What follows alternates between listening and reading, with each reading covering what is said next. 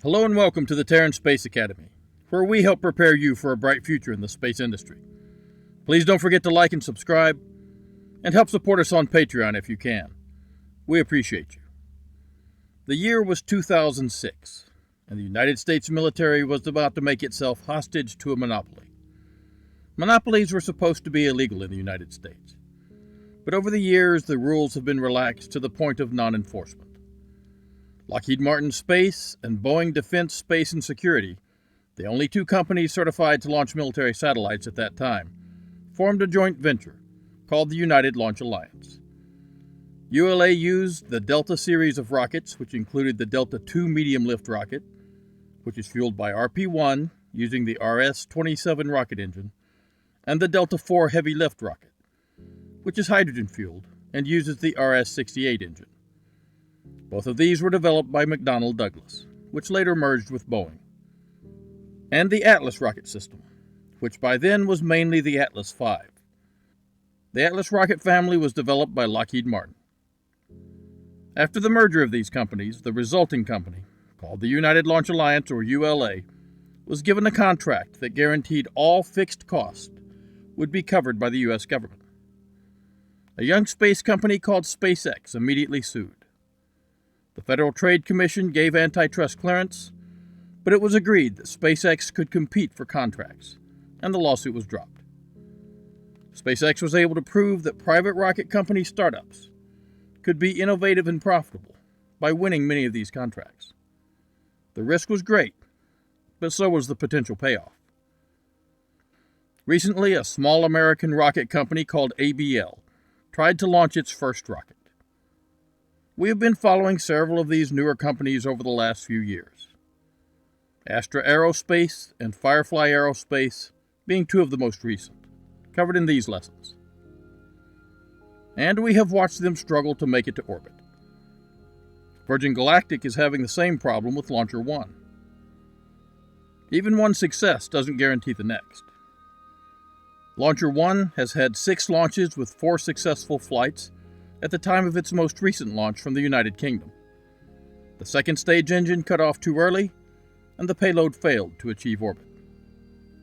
ABL Space Systems is a U.S. company out of California, with some facilities contracted at Spaceport America in New Mexico. Founded in 2017 by 2 former SpaceX employees, they want to build a simple, inexpensive, rapidly deployed launch system that will use the RS-1. RS-1 is a 2-stage rocket system, using RP-1 and liquid oxygen on its first stage, burning through 9 E2 nickel alloy gas generator rocket engines. The second stage uses liquid oxygen and Jet A. Jet A is a regular type of aviation fuel normally burned through jet aircraft. This burns with liquid oxygen through the vacuum-optimized E2 engine. This rocket is small enough to travel on a large truck. In fact, mobile ground support operations, using these modified containers, is a big part of ABL's game plan. ABL raised $200 million last year with a total valuation of $2.4 billion. The RS-1 launched on 10 January from Kodiak Island in Alaska.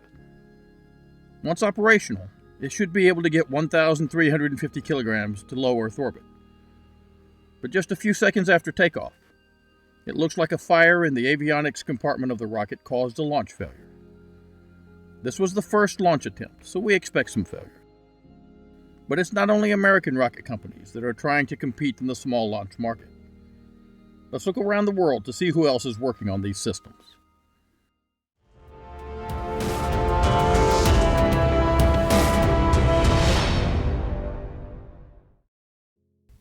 We appreciate your dedication to the science of spaceflight, and do our best to present it to you in an interesting format.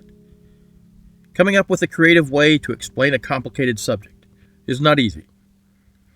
That's one of the things that impresses us most about Brilliant.org. The beautiful graphics and interactive puzzles make learning a new subject, or relearning an old one, a lot more fun. If you are like me, some things we learned in school had been grasped enough to pass the exams, but never fully understood. Going back and reinforcing the necessary foundations allows us to creatively apply our knowledge to the science of spaceflight, solving problems and creating new systems, so that those who come after us will have opportunities we only dream about. We appreciate every one of you that contributes to our mission, and that includes Brilliant.org for sponsoring this lesson. Brilliant was founded to make interactive education available to everyone. And what makes Brilliant so helpful are the hands-on problem-solving puzzles that make learning fun and intuitive, which is what learning should always be. You can use these to brush up on fundamentals like basic math and science, and then work your way through to cutting-edge subjects like neural networks, gravitational physics, and quantum computing. These subjects will be critical to humanity's successful expansion into the solar system. We use these lessons to help us more fully understand these complicated concepts. And if you would like to do the same, we can offer a discount. To get started for free, visit brilliant.org/Terran Space Academy or click on the link in the description. The first 200 of you will get 20% off Brilliant's annual premium subscription. The Academy will also receive some financial support from Brilliant, which helps us continue creating our lessons. You will find that when you are studying and learning just to better yourself, it brings a tremendous enjoyment to the process. And remember, a deep understanding of the basics is how we come to truly understand a complicated subject like rocket science. Thank you for your support. The Europeans are represented by Ariane Group, with the Ariane 5 mainly out of France, which is not a small rocket, and the Vega rocket system built mostly by Italy, which is fairly small. Russia makes the Proton M and Soyuz 2 systems, which are old tech but still flying dependably. And it has promoted the idea that it is developing newer systems, but this is not likely to occur anytime soon. India has been launching its Polar Satellite Launch Vehicle, or PSLV, and has the more powerful GSLV, or Geosynchronous Launch Vehicle. And it's working on the much larger GSLV Mark III. China has multiple launch vehicles flying today, and should probably be considered the second most advanced space program on Earth. The United States has several launch providers flying, with most launches being from SpaceX. Now let's look at the lesser-known orbital rocket systems. These include Argentina's Tronador rocket system, most recently shown using an RP-1 fueled first stage and a hypergolic second stage. This is still under development from what I can find, with no projected launch dates yet. The Australian Iris rocket, being produced by Gilmore Space, is a 3-stage small-lift launch vehicle, which uses a hybrid rocket engine and 3D printed solid fuel. The engine concept was proven with a sounding rocket test flight, and the latest iteration is supposed to fly in April of 2023. Then we come to Brazil, which has the VLM under development. VLM stands for Veículo Lançador de Microsatélites, or something roughly similar to that. My sincere apologies to all who speak Portuguese. This is a completely solid rocket motor system like the American Minotaur, and is under active development. Canada has the Space Ride rocket system with a hydrogen balloon first stage, dropping a 2-stage rocket, which will use a hybrid rocket engine, 3 on the first stage and 1 on the second. A suborbital flight test is planned for later this year. You can learn more about this company in this lesson. Germany has several systems under development. The Spectrum by ESAR Aerospace is a 2-stage liquid methane-fueled rocket, and High Impulse that is developing a 3-stage rocket system, designed to use a hybrid propellant engine using paraffin and liquid oxygen. And finally, Rocket Factory Augsburg out of Augsburg, Germany, of course. RFA is developing a 3-stage rocket designed to launch small satellites up to 1,350 kilograms to polar orbits. The RFA-1 will have an RP-1 fueled first and second stage, with an undetermined optional third stage. The engines will be 3D printed, and the first stage will be recovered and reused if all works well. RFA was the first European company to successfully develop and test a staged combustion engine. This engine is called Helix, and 9 will be on the first stage, with 1 on the second stage. This engine has survived several hot stage tests. Next we go to Indonesia, which is developing the RPS 420 and 550. These systems were first conceived in 2008 and have been under development since. The RX-250LPN, RX stands for Rocket Experimental, was developed and launched between 1987 and 2007. But these were basically sounding rockets, not meant to go into orbit. The new systems are building on that technology to develop a more powerful 4-stage solid rocket motor system, capable of getting satellites into orbit. But we don't see anything launching anytime soon. Iran is working on several orbital rockets also, including the Simorgh, KM-100, and Zuljana. These probably won't be available on the commercial market, unless the current political situation changes. The Simorgh is a 2-stage hypergolic rocket burning unsymmetric dimethylhydrazine and dinitrogen tetroxide in both stages. This small rocket can get 200 kilograms to low Earth orbit. The KM-100 is a 3-stage solid rocket motor system, able to get only 80 kilograms to low Earth orbit. Finally, the Zuljana was launched in 2021 into a suborbital test flight. This is a 3-stage system, with the first 2 stages being solid fuel and the 3rd stage being hypergolic. The Zuljana is able to get 220 kilograms into orbit, but so far has only been tested suborbital with a second flight in June of 2022. Israel has the Shavit rocket system since 1988, with the last Shavit 2 being launched successfully in 2020. The Shavit 2 is a 4-stage system, with the first 3 stages being solid rocket motors, and the 4th a hydrazine-only monopropellant engine. It can get up to 800 kilograms to low Earth orbit. Italy is flying the Vega C for Europe, as we mentioned before. The Vega C is a 4-stage system, with the first 3 being solid rocket motors. Here you see a nozzle for the Zefiro 23, which works with the 2nd stage motor, and the last being a liquid system using a Ukrainian-built RD-843 hypergolic engine, burning UDMH and NTO. It can get up to 1,500 kilograms to a polar orbit. Japan has quite a few rockets flying today, such as the H2 discussed last lesson, and is working on the H3, which will be a hydrogen-fueled 1st and 2nd stage with solid motor boosters, capable of lifting 4,000 kilograms to a sun-synchronous orbit. A sun-synchronous orbit is a special type of low Earth polar orbit, about 600 to 800 kilometers in altitude, that crosses the same point on the Earth at the same time of day. And then we have the Zero orbital rocket system. Really, guys, the Zero. This small rocket will use liquefied natural gas and should be able to get 100 kilograms to sun-synchronous orbit. The Japanese have also recently developed a methane-based shockwave engine to increase efficiency. Here you can see a test of this system. This is the S-520 sounding rocket, and it looks to me like a very fast liquid propellant rocket. I don't know if the Zero will use this technology, but detonation rocket engines are definitely something to pay close attention to. Malaysia is developing the Dedicated Nano Launch Vehicle, or DNLV, planned to launch in 2025. This rocket system uses cryogenic oxygen and RP-1, and is designed to get 200 kilograms to a low Earth orbit.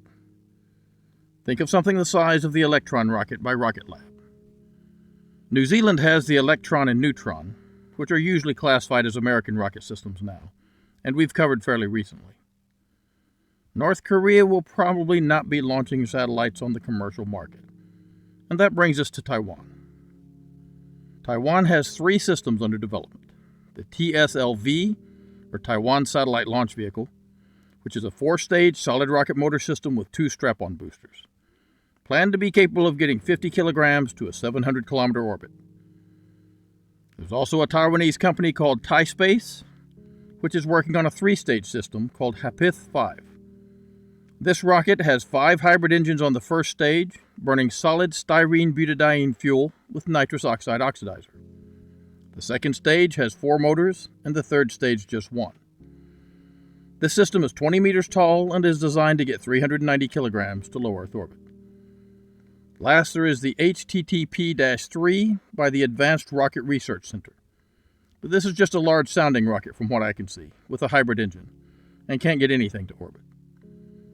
The Philippines are developing the Haribon SLS-1 by OrbitX, and this rocket should use a plastic-derived fuel called RP-2, which is very much like RP-1, but made from waste plastics.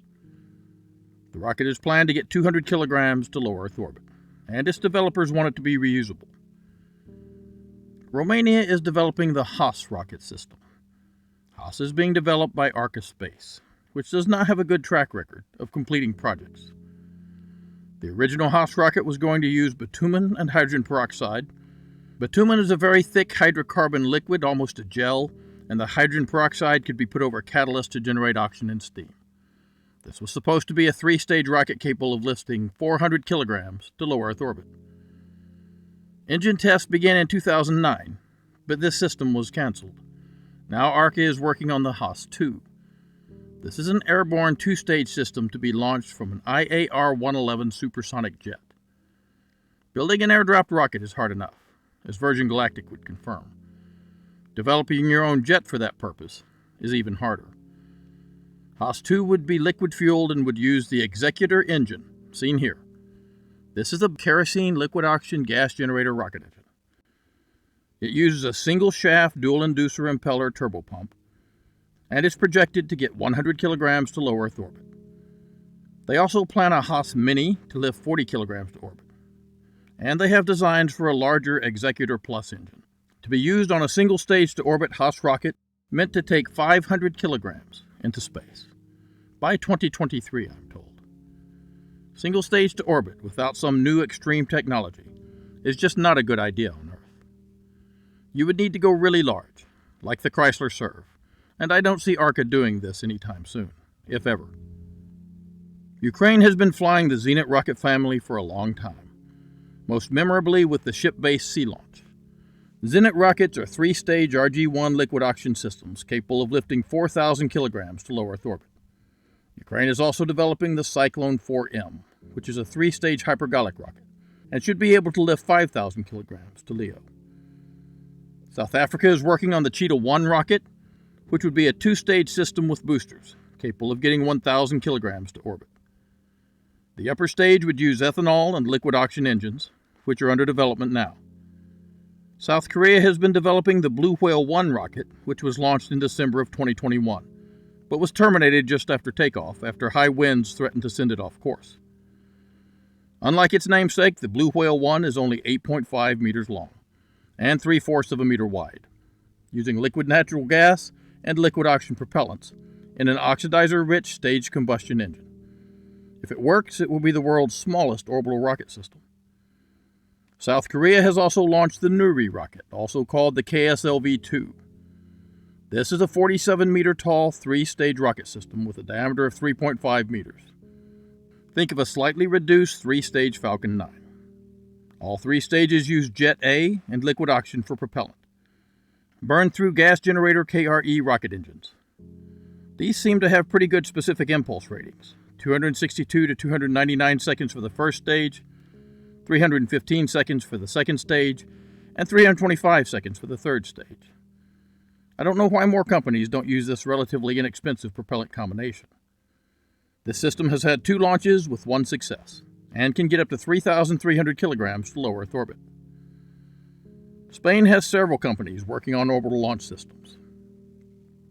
Pangea has, of course, developed aerospike engines, and were considering building their own launcher, but seem to be focusing on providing advanced propulsion options right now for other companies.